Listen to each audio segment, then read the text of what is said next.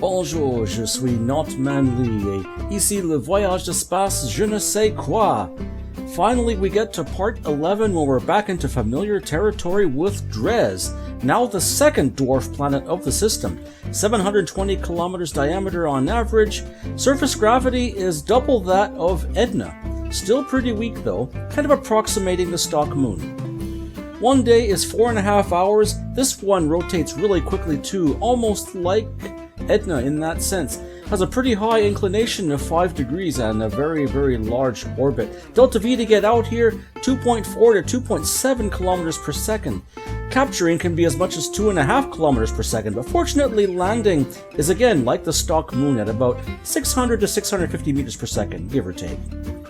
Tourism, when you get out here, it's a great challenge of your mission planning skills, just like Edna. It is easy landing and ascent, again just like the stock moon.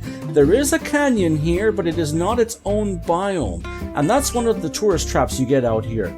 It's an okay science multiplier, not bad for what it is, but there's still only 4 biomes, and the canyon is not a biome. Very, very rough terrain landing on this dwarf planet as well. Speaking of asteroids, let's take a look here. They've gone to great efforts over there to make the Kuiper Belt and the asteroid belt actual places where asteroids spawn. So out by Hammock and Elu you get asteroids.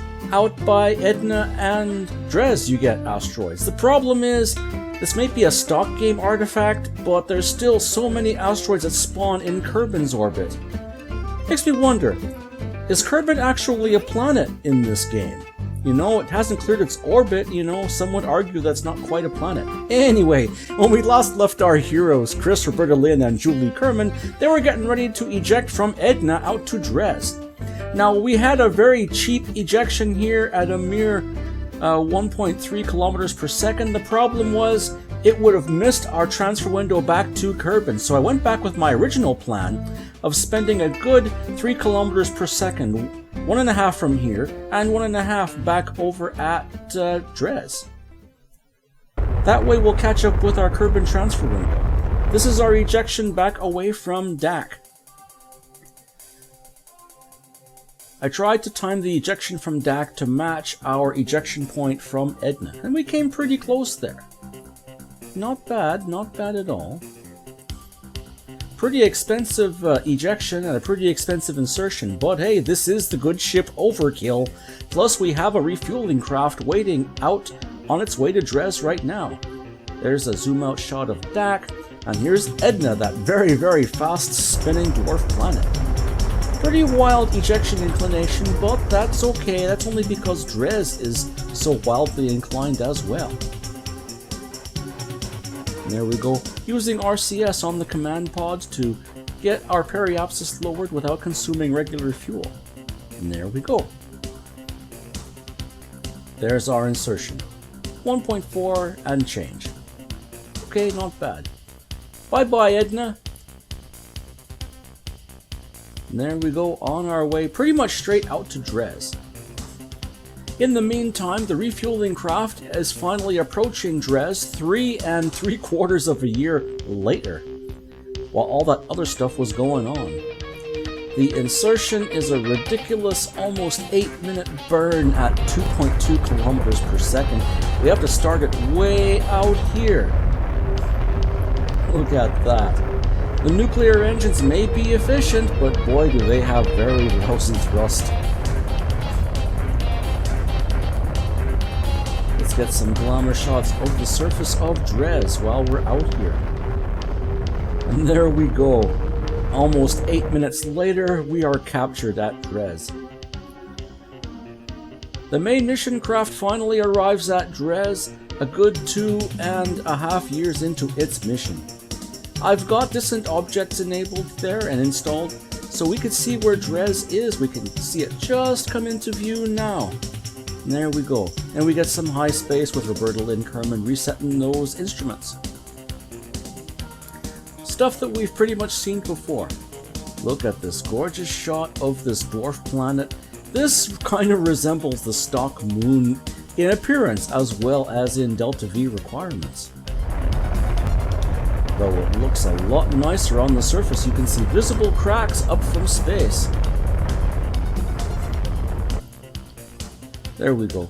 We get an alignment, or a rendezvous rather, with the refueler, and then once we get the encounter with the refueler, we'll use the refueler to finish the rendezvous. Because we're pretty low on Delta V on the main mission craft. We're already down to 200 meters per second and change. We do get that anomaly. There's only one anomaly on the surface of Dres. Here is the refueler craft.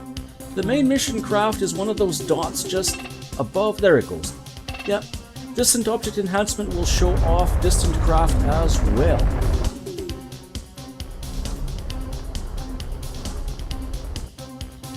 There we go.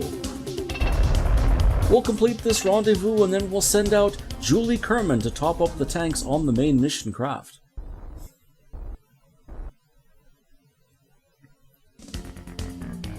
I took care of the fuel load balancing problem by turning off several tanks on the main mission craft. I've only got the two lower tanks on the outer, I don't know what you could call those, on the outer tanks turned off. I also have crossfeed turned on the decouplers because we're going to work on trying to bring this mess all the way back to Kerbin and hopefully not leave space junk in deep space. And there we go. With just those two lower tanks enabled around the ring, we have a well-balanced craft. Here we go, we're doing our low orbit insertion above Dres. Safe altitude's about 6 kilometers, so we end up going all the way down to a good 14 kilometers up. Not a problem. Using the Warp 2 maneuver that is now built into the stock game, which is a lot better than it used to be, let me tell you. Okay, now that we've completed our low orbit insertion above Dres, we'll get our lander/rover ready. This rover is not going to be able to make it back to orbit on its own, but that's okay. I have a cunning plan for getting Roberta Lynn Kerbin and Chris Kerbin back up to the main mission craft. And there we go.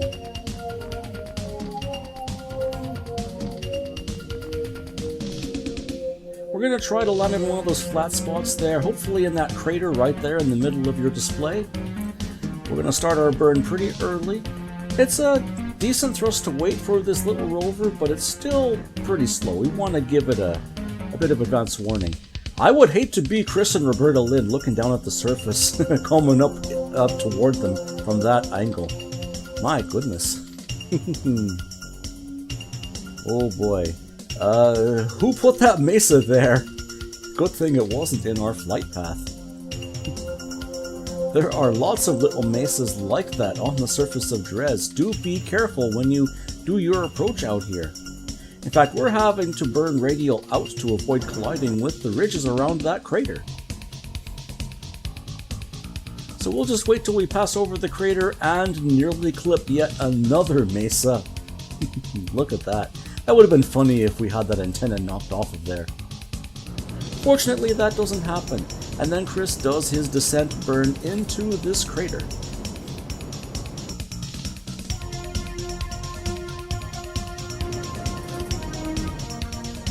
Where is that landing marker? Come on, I know it's there somewhere. Oh, land, there it is. There we go. Still not very flat down there, huh? But that's okay. We've got pretty strong reaction wheels on this rover. We'll be able to keep it upright.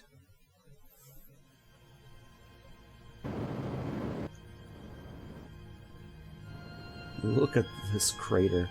I don't see the ridges around the inner edge of this crater like I've seen on so many JNSQ craters.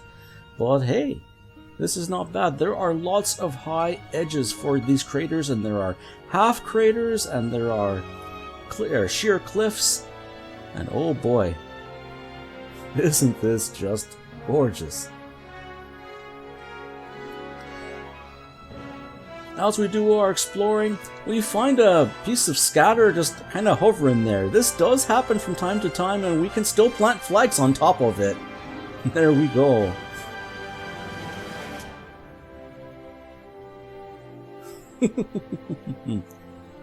Look at that. Anti-gravity! And we all thought Dres was boring. Uh-oh. Roberta's like, what is this on my suit? Nope, nope, nope, nope, nope, nope, nope. Chris finds an object just a little bit away from where we planted that flag. This is a very, very small impact crater. It is one of the scannable objects from the Making Ground DLC.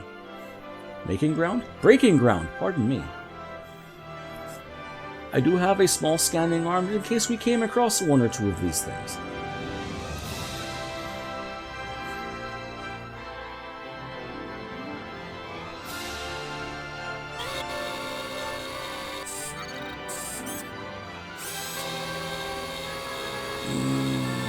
Oh yeah.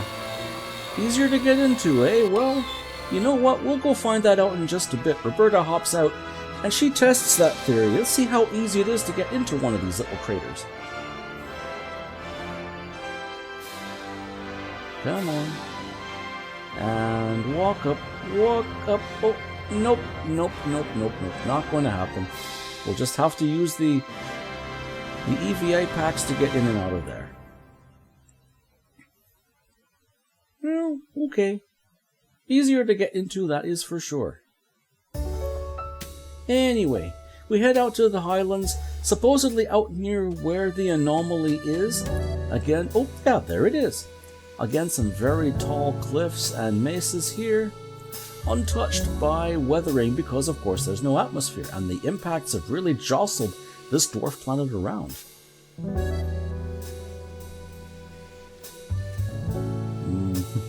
The low gravity does make handling this rover a little treacherous, but hey, Chris is in full command of this craft. Problem is, we get out here, we're still going so fast. Careful, Chris. Careful, careful, careful. If only modern automobiles had reaction wheels like that, they'd be able to take corners like nothing. I do try to see if we can scan this thing. No, the monoliths are not scannable. They are, however, solid objects, and we still can plant flags on them. Chris plants his flag. Again, we've got no crew module here, so we've got no extra flags, but that's okay. We'll mark this later on. You notice that we didn't get credit for finding the monolith yet. For some reason, I had to go back to the Space Center and then come back, and then we got credit for finding this thing. And we unlock heavy landers. Unfortunately, the flag just kind of fell off the top for some reason. I don't know. Anyway, we found an actual Dres meteorite near the monolith. So we were able to scan this, and we were able to get a result very similar to what we found on Edna with that anomaly that was there. Yep, Dres has definitely seen its share of violent impacts. We do go up to one of the poles, and the poles are a biome. But look at that thing in the background. You might have missed it. There it is. Well, just like Minmus, Dres has an actual North Pole. This one looks a lot safer though than the one at Minmus. I couldn't see any terrain seams on it at all. The South Pole didn't have anything interesting there. Anyway, we drive back to the equator, and we look for a relatively flat spot for our cunning plan to get these guys back up into orbit. It's still pretty hilly over here. I thought this was a pretty flat spot, but nope. There's hills and valleys and more hills and more valleys, and eventually we settle out on a place where we find the slope is only about 2 degrees, so hey, we'll take that. Alright, here comes the cunning plan. Remember I was telling you that Edna had a problem with landing very tall craft? Well, Dres doesn't quite have that problem, and we can land the main mission craft on the surface of Dres as long as we are relatively vertical when we touch down. And Julie here, with the assistance of that RGS probe core, is going to be able to touch down reasonably close to the rover. At least I hope so. Once again, we're using a Matt Lown trick of figuring out how long this burn is going to take. We've got the suicide burn Delta V. and we just figure out just how long it takes to expend that much delta V. It's going to be a very long burn for what it is. Even so, we have pretty decent thrust to weight here above Dres. I bet we'd have pretty decent thrust to weight above the moon as well with this thing. I'm checking back and forth because at points again I had to thrust upward. Rather than add to our horizontal speed, I would thrust up to raise our apoapsis and extend our landing marker away from our target. There we go. Our landing marker is pretty close to the rover. The problem is it wasn't flat enough there, so I tried to find some flatter land and I fail miserably at it, actually. Oh dear.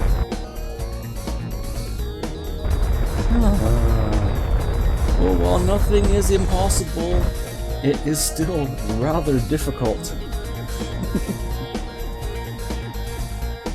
Ah, well. Come on, Julie.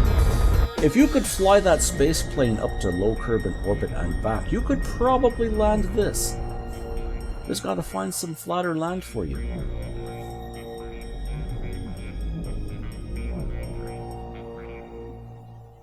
Oh no. This doesn't look good. You know, Julie looks like she's enjoying herself, but I am not so sure myself. That slope is in excess of 8 degrees, and I'm a little worried that this thing's going to tip over on touchdown. Come on. Come on.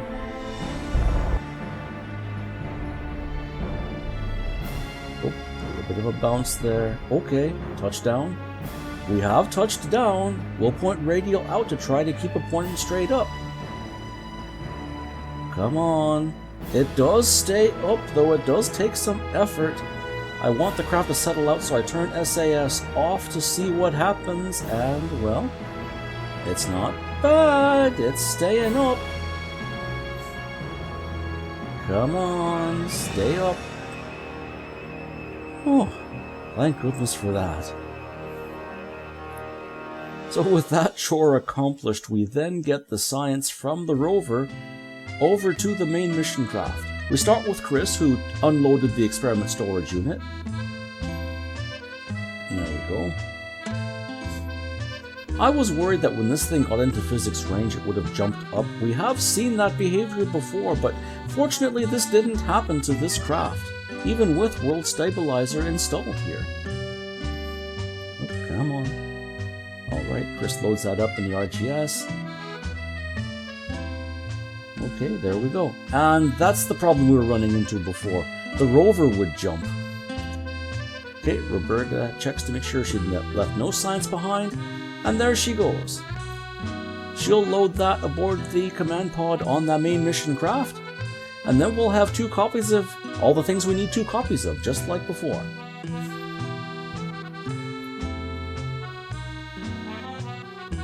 Just hopefully we do not tip the craft over just by grabbing onto this thing.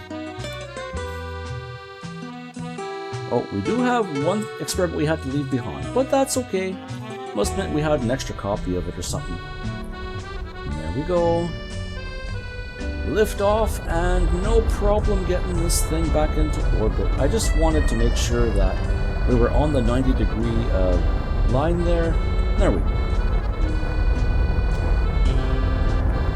Not a problem getting this thing back up to orbit. Edna was a lot tougher, which is why I had an extra fuel tank for the rover for that. Now look at this canyon. It was the only thing that we could find resembling a canyon on JNSQ Dres, but it does qualify as a canyon, and it's pretty flat down here. But it's not its own biome, it's just part of the Midlands. Hopefully there's something interesting in here with rational resources that'll make visiting this canyon worthwhile. Now, we wanted to do the ejection out to Kerbin, but we were really tight on Delta V, so I brought the refueler down to Rendezvous with the craft. I Ended up missing the maneuver because I lost signal. But that's okay, we were able to re-rendezvous and we were able to get control via Chris. And with that accomplished, we can now drop off the empty tanks and we'll be able to send up the refueler back up to high Dres orbit to serve as a relay satellite for the rover back on the surface. And we're able to accomplish this without leaving any space junk behind. We'll leave these 4 or 6 boosters as a sacrifice to Dres for its bounty. And there we go. Some of the objects bounced backwards when they impacted. Not bad at all. Bounce. Bounce. And kaboom. Hopefully no space junk. Now we get ready to do our ejection out to Kerbin. I'm really anxious to get these guys back home quickly, so I pick a slightly more expensive option with a cunning plan to avoid leaving space junk. We do have the Delta V to accomplish this maneuver and to do the insertion back to Kerbin, but we'll have a lot of dead weight we'll be pushing around if we're not careful. You'll see what I do in a bit, but look at that ejection. That is nuts.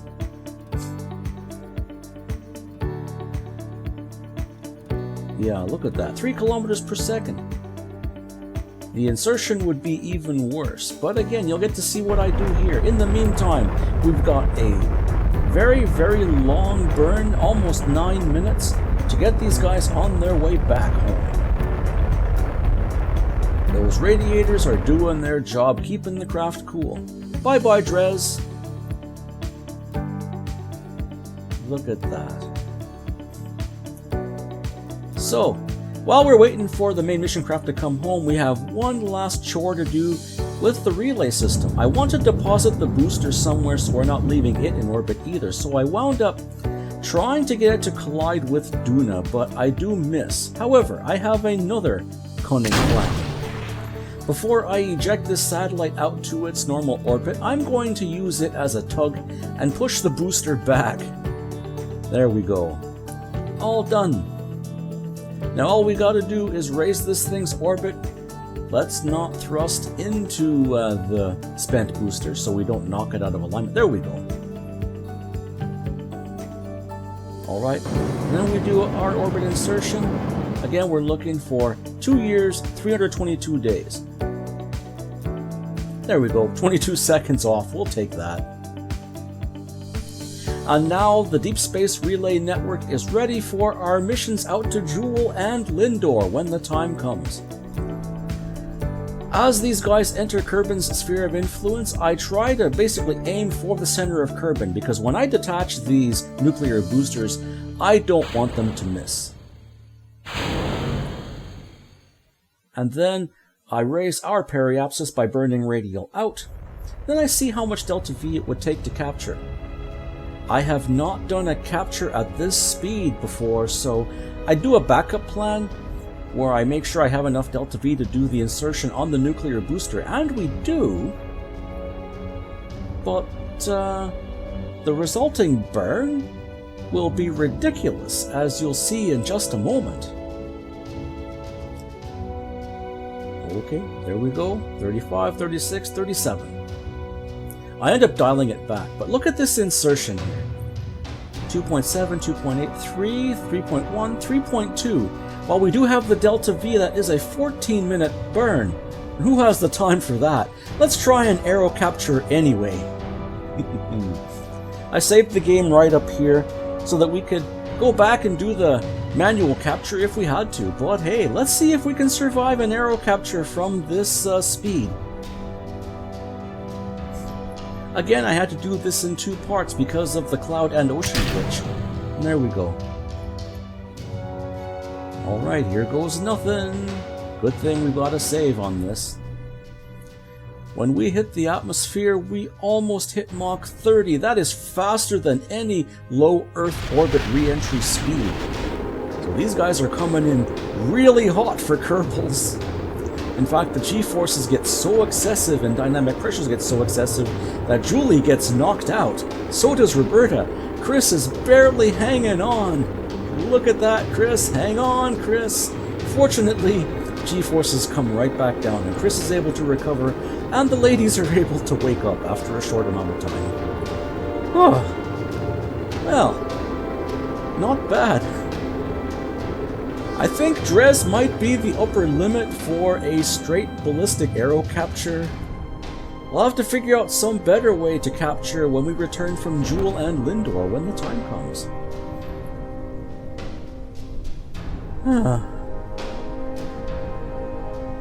There we go.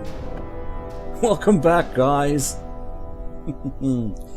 Oh boy, 4 years and 113 days.